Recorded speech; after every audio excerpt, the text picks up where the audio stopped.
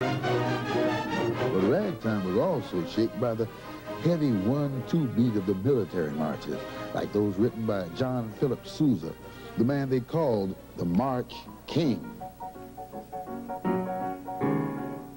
Here, Eubie Blake shows how in ragtime, the foot stomping or rhythm-keeping function is performed by the left hand. That's the oompa sound, almost like the tubas of the marching band.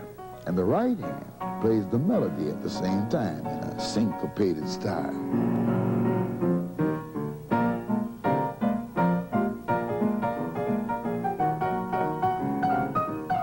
At the turn of the century, ragtime could be heard throughout America, but in the early days, it was performed by unknown travelers who played in cabarets, bars, dives, prostitution houses.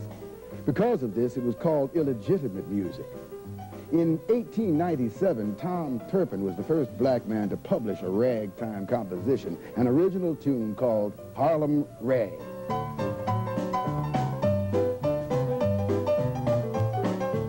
Soon, both black and white composers were churning out piano rags for publication and sale to eager audiences.